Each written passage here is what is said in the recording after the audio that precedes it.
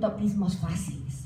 Tenemos una especie de chip, los seres humanos, que necesitamos ver rápido el mundo transparente, los seres humanos transparentes. Cuidado con los utopismos fáciles. Mi brújula tiene varios aspectos, creo que son 5. Luego cambian porque cuando me retroalimentan le puedo ir agregando, pero la dirección esa no cambia. Impulsar el diálogo intercultural. Vivir juntos, iguales y diferentes, es un desafío que parece difícil de enfrentar. ¿Cómo favorecer una igualdad que no homogeneice y una diferencia que no discrimine?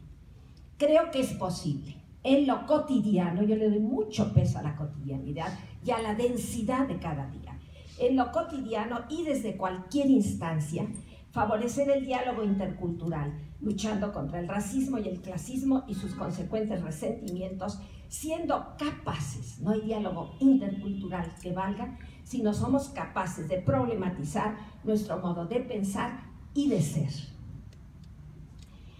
Siempre pensé y escribí que el zapatismo no solamente ponía en tela de juicio el sistema económico-político, sino ponía en tela de juicio la identidad nacional. La identidad nacional se construyó en torno a la categoría de mestizo, al que subyace desde la colonia la aspiración a la blanquitud. Y el mestizaje se construyó a base de una desindianización forzada, que da como resultado una identidad nacional en la que los blancos somos blancos de segunda. Los blancos mexicanos y latinoamericanos tenemos una mentalidad dependiente, nos sentimos bastardos, porque los criollos se sentían bastardos, porque no somos white anglo-saxon protestants. El blanco mexicano aspira a salir en el Hola, esa revista, pero bueno, con los reyes no con cualquier morenito, ni siquiera con cualquier mediterráneo. Ya había un diputado argentino que decía: un migrante anglosajón equivale a 3 mediterráneos.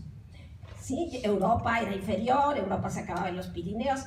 Tenemos, el blanco mexicano, un serio problema de sentimiento de bastardía y que no se identifica con el mestizo como prototipo de la mexicanidad, y por eso hace de los recursos del país un patrimonio propio y no se solidariza con el país. El mestizo, después de renegar su historia, sus ancestros, su lengua, su ser mismo durante 2 o 3 generaciones, se vuelve bastante racista. Que no lo confundan con los indios. Y los indígenas tienen un fuerte sentimiento de resentimiento, por supuesto, 500 años de racismo y de estigmatización. Entonces vivimos un cierto malestar. Y todo esto se envuelve con lo que yo llamaría el racismo cordial. El racismo cordial es: los inditos están bonitos por aquí, o es morenita, pero buena gente. Es morenito, uy, pero qué lista. Terrible. El racismo en México, y bajo su cremita de racismo cordial, es una de las heridas más profundas de nuestro país. Bueno, diálogo intercultural. Incluso pienso en la música. Tenemos que despojarnos. Yo llegué a la sierra y cuando oía las danzas, todas me parecían igual. Yo venía de oír muchos clavicordios, ¿verdad? Y Mozart y Beethoven y acá. Las danzas eran monótonas igual. Con los años mi hijo fue danzante. Yo distinguía todos los sones, todas las danzas, y además vibro hasta la fecha de una manera impresionante. Las emociones son socialmente construidas. Y bueno, la música tiene un papel muy relevante. Otro aspecto de mi brújula es la búsqueda de un bienestar sencillo para todos. La coexistencia cotidiana de la abundancia y la miseria me parece a mí un crimen de lesa humanidad, por la forma como se ha construido esta polarización y se sigue construyendo.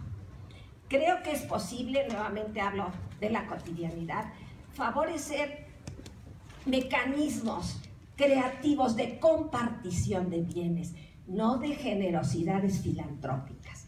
Las generosidades filantrópicas, para lo que sirven, en su mayoría, son para encubrir las desigualdades e incluso para reproducirlas.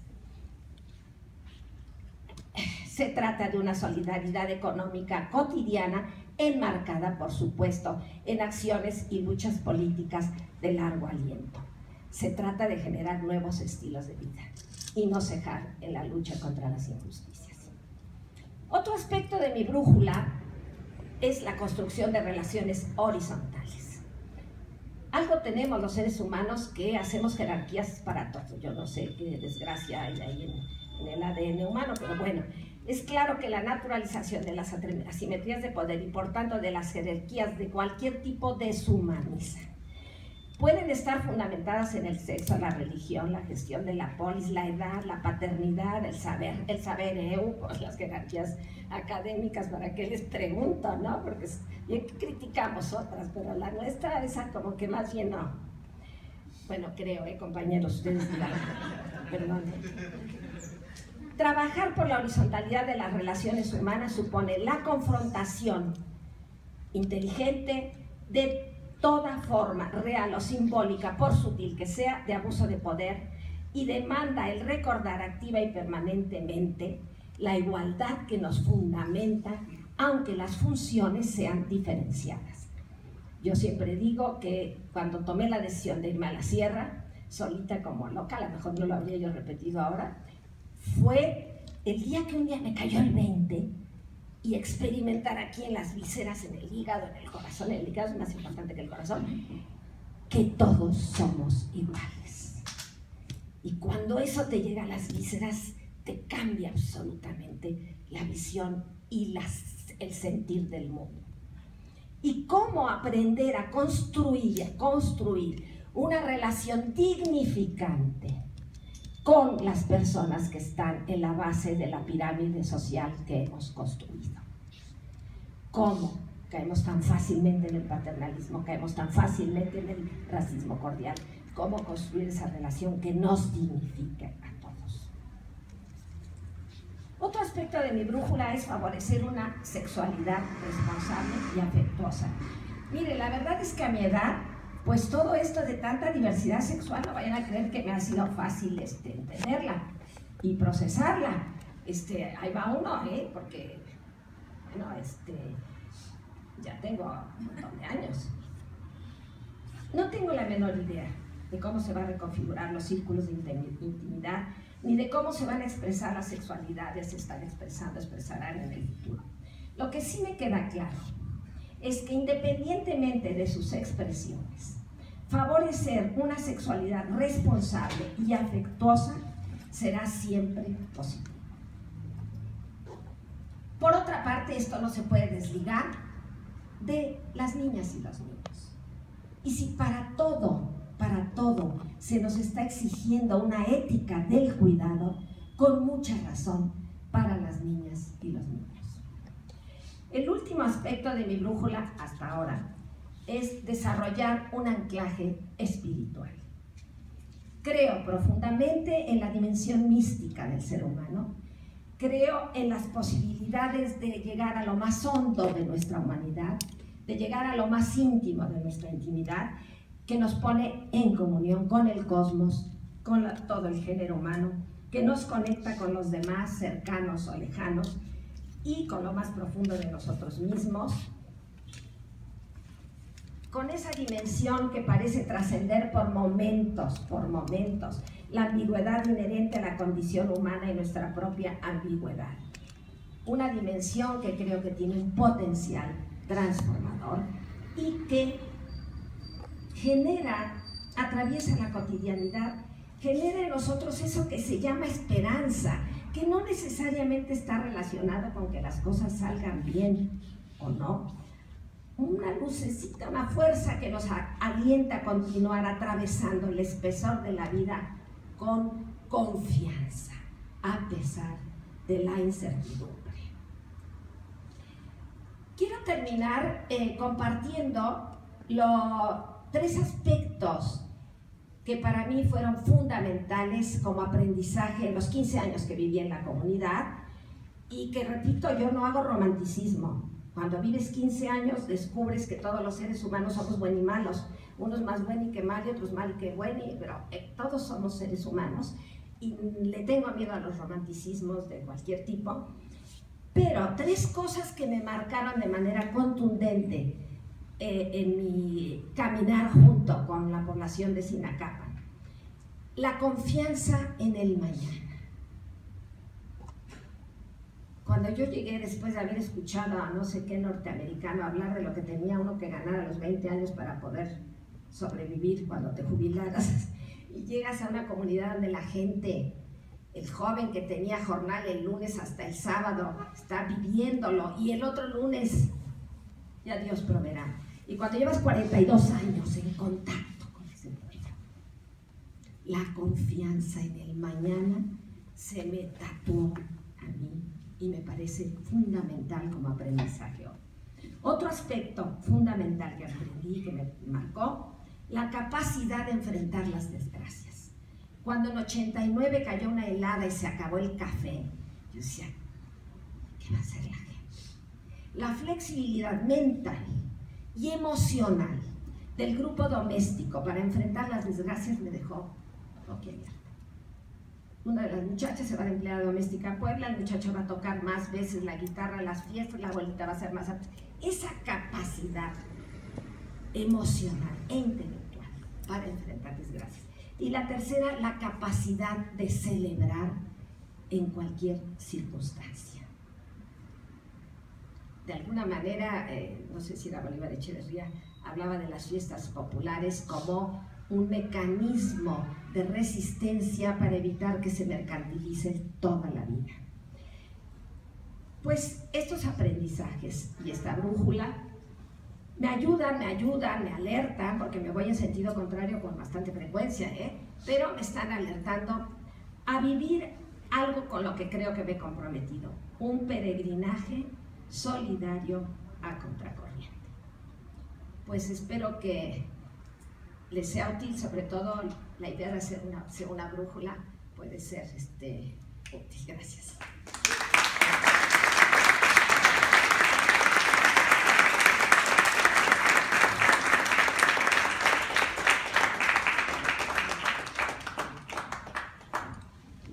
Buen día a todas y todos. Conocer María Eugenia se volvería a ir. Sí. Cerca sí es. Gracias. La chingana y se da, dices.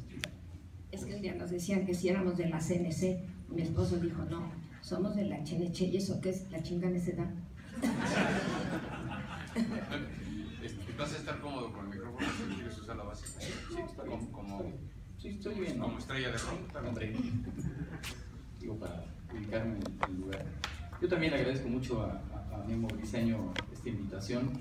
Me sorprendió y por supuesto me honra infinitamente.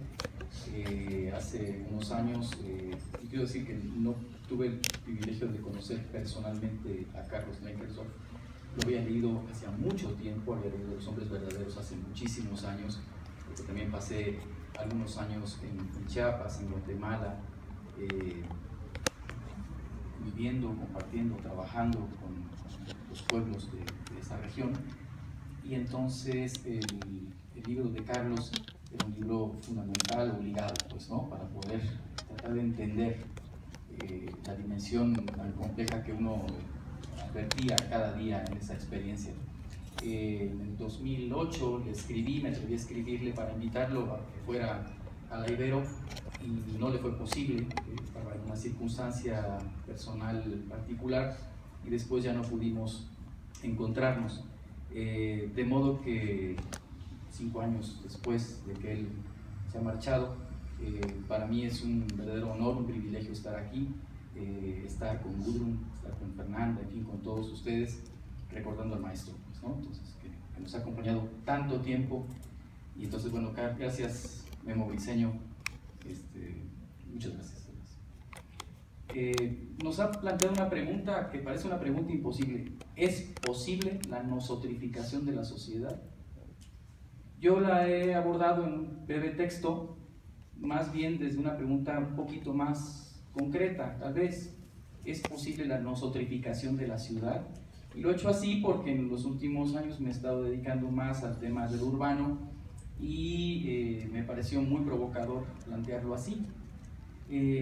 Tal vez antes de compartir eso, querría que nos recordáramos algunas de las claves del pensamiento maya Tojolabal que Carlos Lenkersdorf nos ha compartido para siempre en sus textos entrañables. Ya citaba yo Los hombres verdaderos, pero habría que recordar El saber escuchar y otros textos fundamentales. Textos que desde el análisis de la lengua maya nos transportan a un pensamiento y a una práctica profundos, comprendida por él tras largos años de convivencia fraterna con los pueblos de Chiapas. En esos textos y en las lecciones que don Carlos comenzó con estudiantes, académicos y luchadores sociales, nos descubrió un universo de señales para la construcción de relaciones sustentadas en un nosotros incluyente, el saber escuchar, el antisolipsismo, el hecho de que todo vive y no somos más que un tipo de seres vivientes entre muchos otros, como también ya nos lo recordaba Eduardo hace un momento, el reconocimiento de la interdependencia, la intersubjetividad de la existencia, la cosmovisión, cosmovivencia, cosmaudición, también decía él, aprender a escuchar, que condiciona el pensamiento y la palabra, la corresponsabilidad como principio de la participación y la justicia, el nosotros. Supimos por él que la disposición al encuentro cabal, corpóreo, corporal y afectivo son los que posibilitan la verdadera escucha, condición del diálogo. En sus estudios de la lengua tojolabal y de su cotidianidad, encontró no solo el sentido de la vida de un pueblo, sino orientaciones fundamentales para una vida a otra, para vivir de otra manera y para la construcción de un pensamiento político alternativo y utópico. Una utopía no podía ser de otro modo que emerge del dolor concreto y que a ese dolor responde. A 5 años de su partida, esas claves siguen siendo iluminadoras y atender a su convocatoria resulta cada vez más urgente. En un mundo atravesado por la erosión de los vínculos sociales, herido por la creciente destrucción de nuestro hábitat, enfermo de distancias. Sin embargo, es posible trasladar tales principios y tal horizonte ético a la experiencia cotidiana de la vida urbana y a las posibilidades reales de una participación colectiva capaz de tomar en sus manos el destino de la ciudad, nuestro destino. ¿Es posible la nosotrificación de la ciudad? Desde la perspectiva del pensamiento moderno, la sociabilidad urbana se produce en el combinar el reconocimiento del otro con la reserva y el distanciamiento, la capacidad de tratar lo desconocido como si fuera uno y lo conocido como si fuera otro, una mezcla de lejanía y proximidad, de interés e indiferencia. La sociabilidad urbana fluye permanentemente en la vida cotidiana mediante códigos de comportamiento fuertemente internalizados y frecuentemente desapercibidos, de modo que el modo de relación dominante parece marcado por la superficialidad.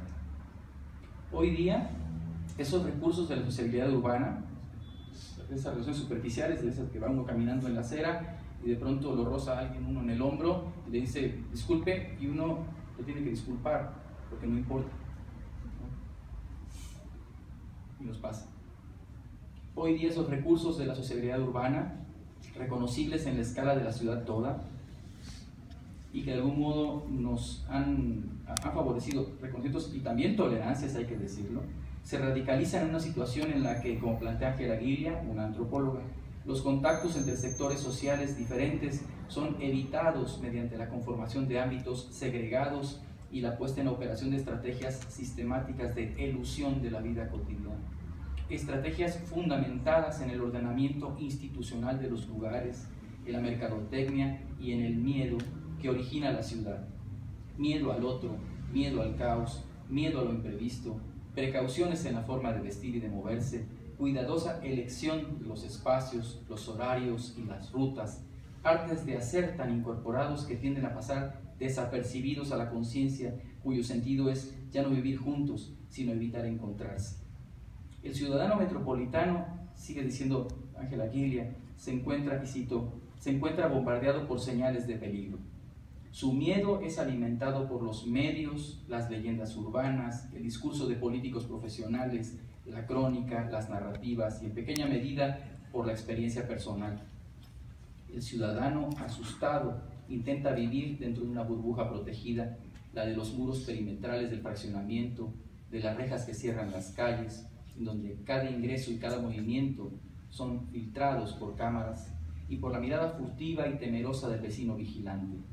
escondido tras las cortinas de las ventanas de unas casas que, como escribió alguna vez Blenkersdorf, no son esas casas, no solo son reflejo del gusto de quienes las hicieron edificar, sino que a su vez forman a sus habitantes. Las casas que habitamos, nos decía el maestro, no son cascarones de piedras muertas, sino formadoras de nuestros cuerpos encerrados.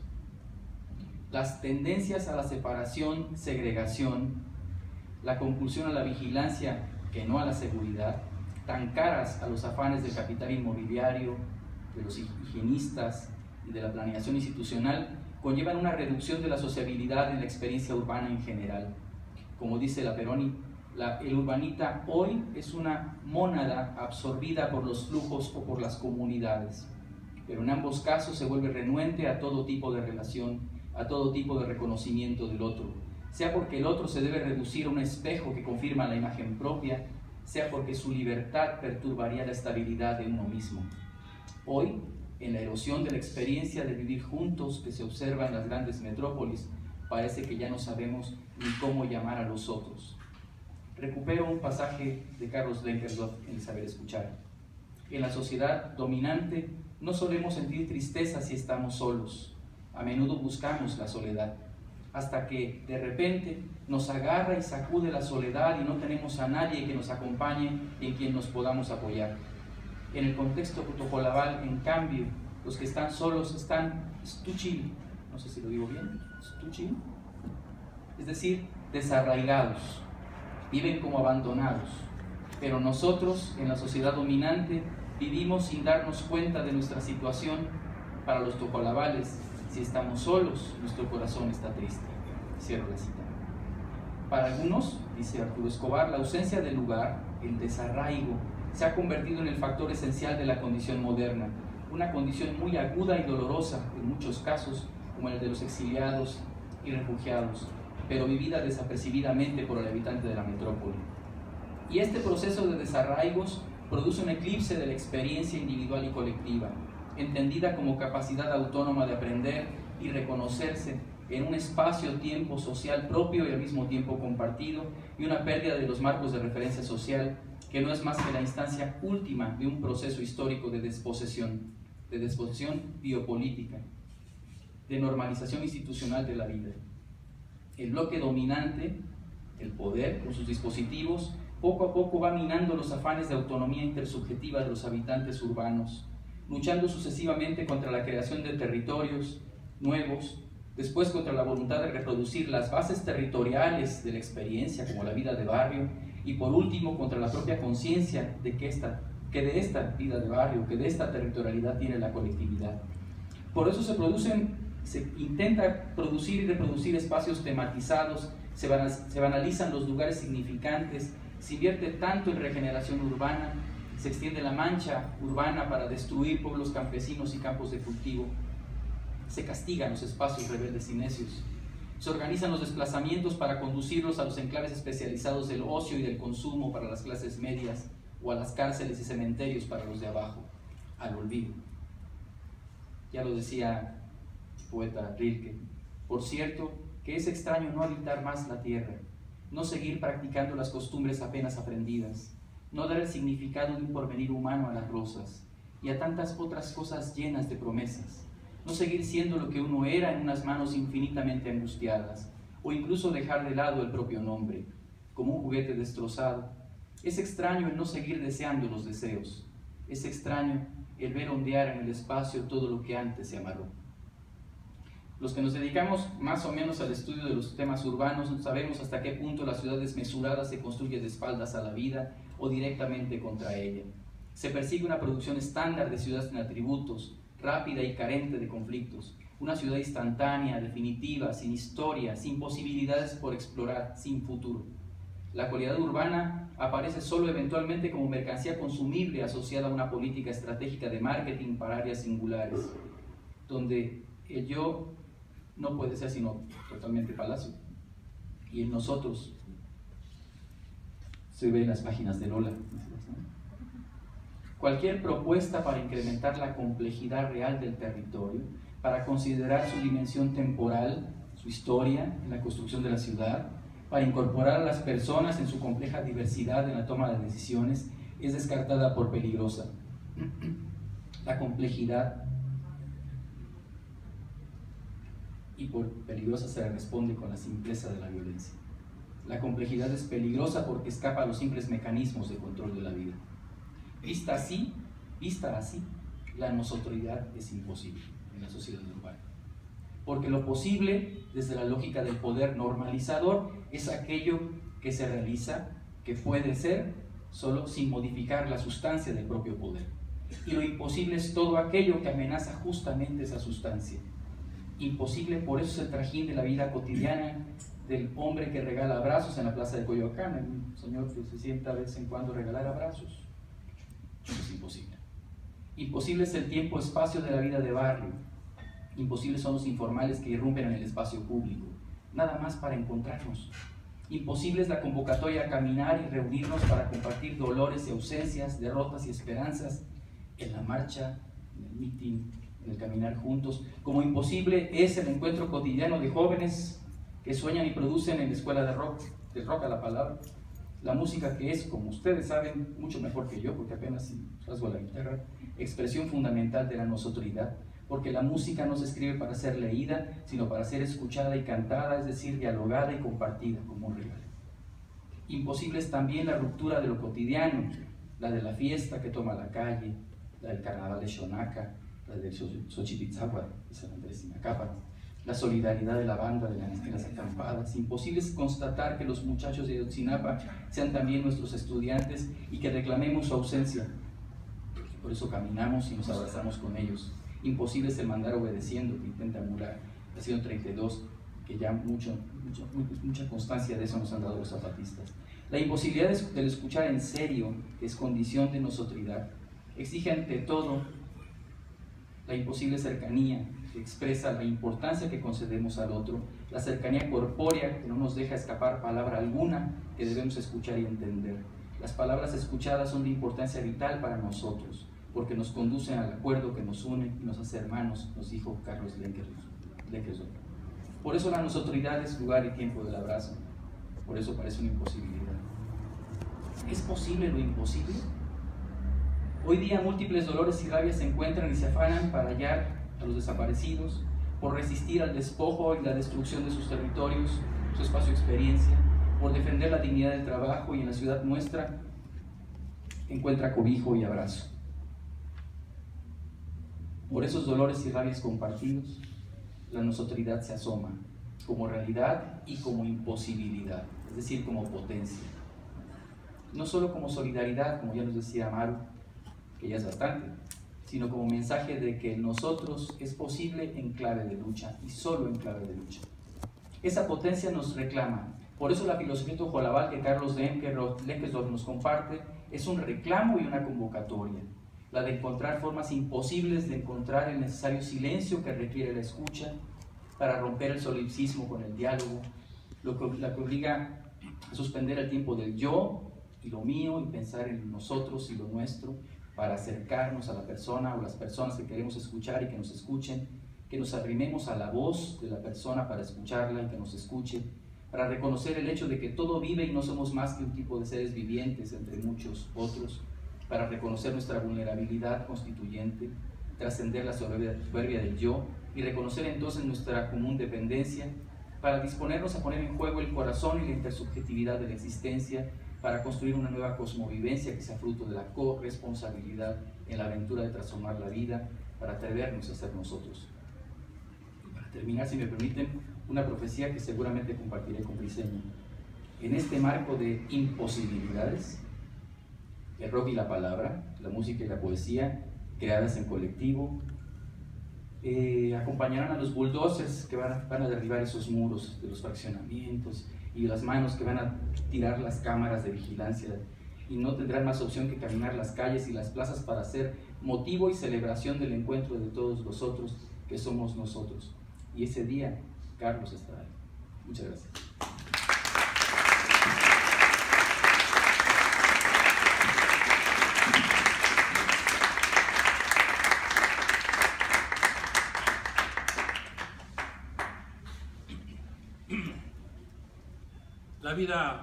La vida yo creo que es sobre todo latencia. es virtualidad, es potencia.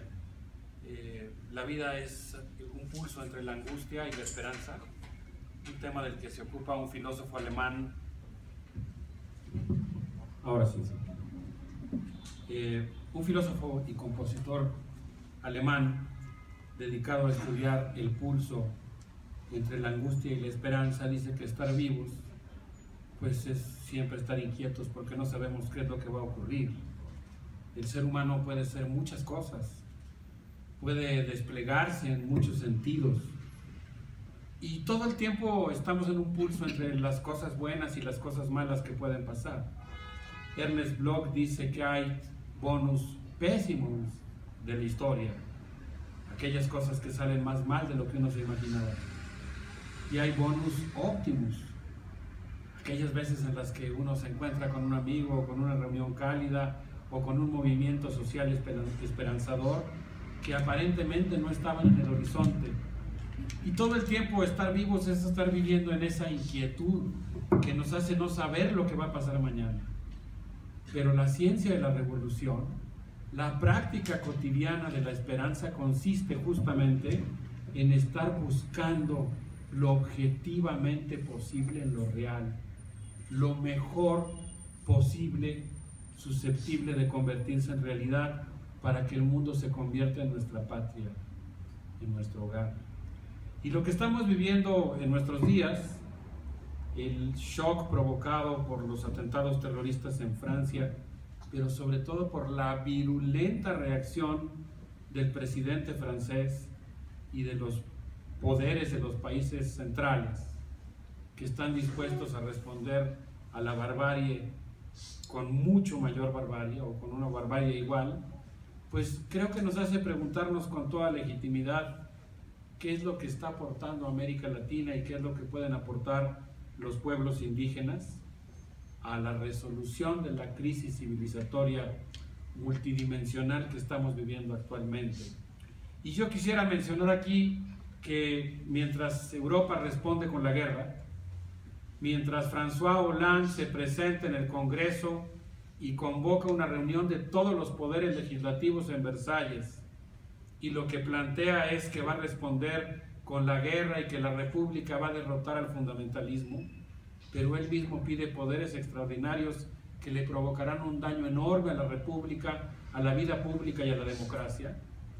Mientras Europa se prepara para la guerra y la hija de Le Pen se levanta de su curul para aplaudir el discurso de François Hollande y la ultraderecha europea cierra filas para construir un muro que impida la llegada de los migrantes, América Latina celebró una reunión de su inteligencia, de algunos de sus intelectuales más destacados, y en esa reunión la semana antepasada, celebrada en Medellín, en el encuentro de Claxo, Aníbal Quijano dijo una de las cosas que podríamos considerar una de las perlas que aportan las luchas sociales de América Latina y el pensamiento latinoamericano: la violencia no se puede desmantelar con la violencia.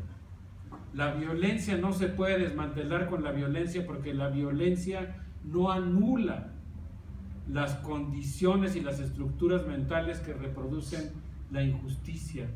Y eso le confiere a la filosofía una tarea central, como señalaba nuestro querido amigo Luis Villoro en el texto que leyó en su ingreso al Colegio Nacional, un texto llamado Filosofía y Opresión, en el que dice que la tarea fundamental de la filosofía debe consistir en suspender la reproducción del pensamiento que justifica la opresión.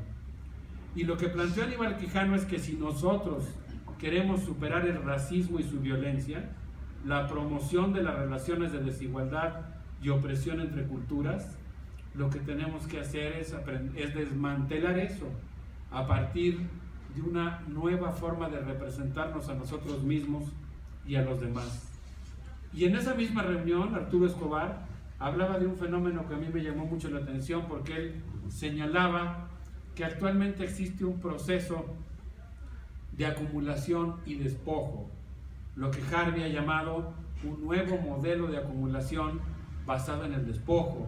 Pero él decía que el proceso de desterritorialización, ese proceso que hace que haya millones de migrantes en todo el mundo, las guerras de la OTAN contra Libia, Irak, Siria, que provocan que haya a las puertas de Europa 2.300.000 migrantes tratando de entrar, cruzando desesperados el Mediterráneo, pagando sumas extraordinarias. Por cierto que nuestros estereotipos nos hacen imaginar que son los más pobres los que cruzan el Mediterráneo. Son más bien los africanos de clase media, que tienen para pagar el equivalente a 30,000 pesos mexicanos para meterse en una patera y tratar de llegar con sus hijos a buscar un trabajo en Europa. Bueno, pues esas guerras que están despojando, esas guerras y esos procesos de las mineras canadienses en América Latina que están destruyendo los territorios indígenas, que pretenden convertirlos en capital natural en el que los turistas alimenten los capitales centrales. Dice Arturo Escobar, eso no solamente está provocando un proceso de desterritorialización material, está provocando sobre todo un proceso de desterritorialización mental, porque muchos de esos nuevos proletarios, así nace el proletariado como lo describe Engels en La situación de la clase obrera en Inglaterra, muchos de esos migrantes que ahora no tienen nada y tienen que irse a trabajar a un restaurante en Miami o a una fábrica de armamento en San Francisco, esos migrantes tienen también el problema de que están sufriendo una especie de desarraigo mental. Pero la esperanza, dice Arturo Escobar, es que paralelamente a eso hay una gran cantidad de comunidades indígenas en América Latina que están luchando por defender sus territorios. Y defender sus territorios no solamente significa defender sus bosques, sus ríos, sus nubes, sus flores, sus animales, su ganado.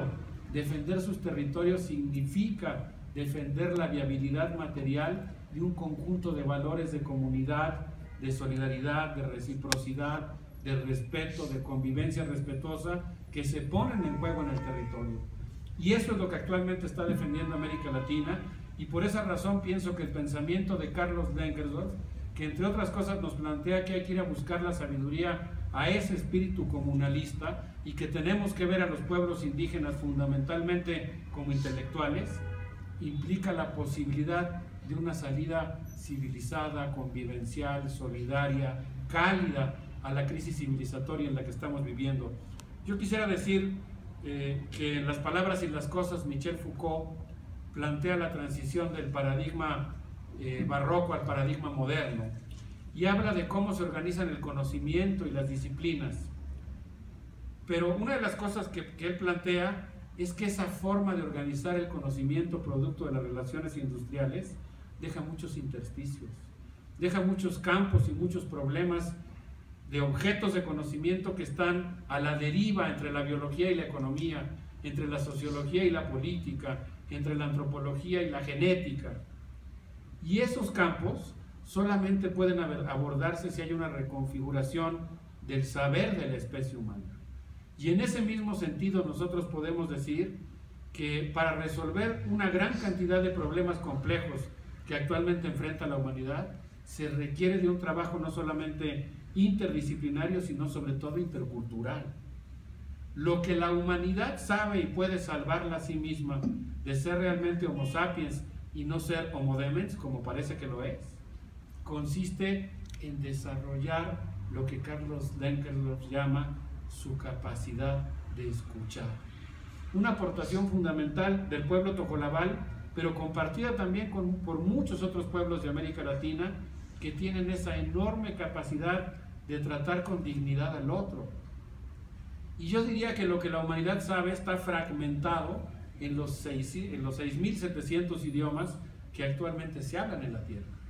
Es decir, la sabiduría de la experiencia de 200.000 años de la especie humana como tal, o más, es un debate entre historiadores y antropólogos, pero digamos, la experiencia de la humanidad es una experiencia que no está a nuestra disposición, no está a disposición de ninguna cultura de manera única, porque es un conocimiento y una experiencia que está fragmentado en muchas culturas. Y por esa razón, yo pienso que el pensamiento de Carlos Denkendorf, la idea de haber aprendido a ir a la selva y escuchar a los compañeros tojolabales junto con Gudru, es una cosa que tiene un valor extraordinario para nosotros. En un libro llamado La América Profunda de Rodolfo Kusch, un libro en el que Rodolfo Kusch plantea desde el punto de vista filosófico que América Latina padece de una enorme enfermedad, el hecho de que no cuenta con representaciones de sí misma que se ajusten a la realidad y que le permitan reivindicar sus propias tradiciones intelectuales.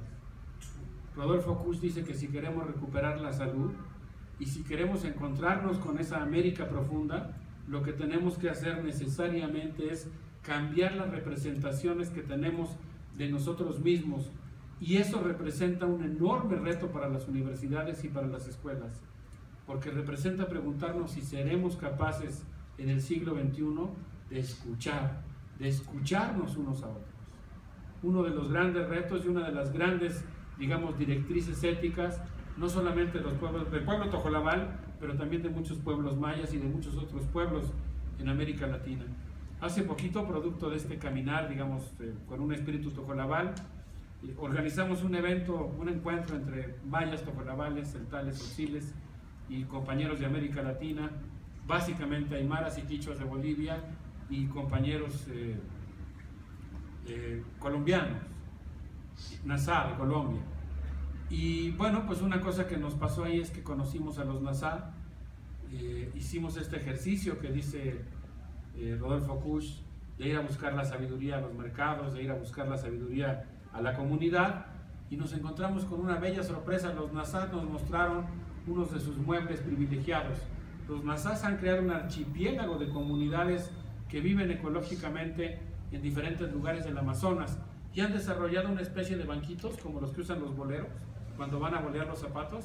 Son banquitos que ponen en serie y forman una gran boa, y la gran boa se utiliza para que se pueda acomodar una reunión de miembros de la comunidad en la selva y pueda sentarse a pensar juntos. Así que los banquitos que se construyen en forma de boa se llaman banquitos para pensar y dialogar. Y ahí se sienta la comunidad a resolver y a encontrar cómo resolver los problemas comunitarios. Y yo pienso que en ese encuentro entre los mayas y las culturas andinas y las culturas amazónicas, en ese encuentro con las voces de la América profunda, puede ser que se encuentre la clave que nos permita resolver nuestros problemas. Pensaba yo la semana pasada que estábamos en Cherán. Para mí fue un momento verdaderamente emocionante conocer Cherán, un pueblo que se levantó en armas, que dijo ya basta, y cuando iban a tirar el árbol más viejo de la comunidad, las señoras salieron al paso para cerrarle el camino a los taladores y a los narcotraficantes.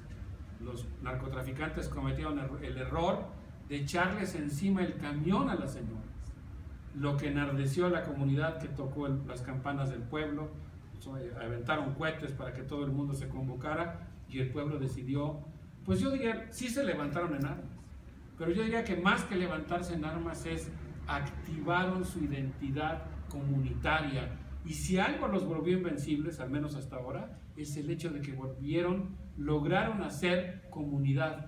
Y yo creo que el pensamiento de Carlos tiene esa virtud. Es una convocatoria permanente para hacer comunidad, y creo que es una convocatoria permanente para practicar el valor de hacernos un lugar unos a otros, de darnos un lugar en la sociedad, de tratarnos con respeto. Y creo que por eso, a pesar de que existe el grave riesgo de que la ultraderecha se enseñoree del mundo a partir de lo que está pasando en Europa, también existe el otro polo posible, quizá menos probable, quizá contracorriente, que es la posibilidad de que a partir de las aportaciones de los pueblos indígenas al pensamiento político contemporáneo, también pueda predominar la otra tendencia, la tendencia a un mundo mejor que permita un ascenso en el peldaño del reino animal.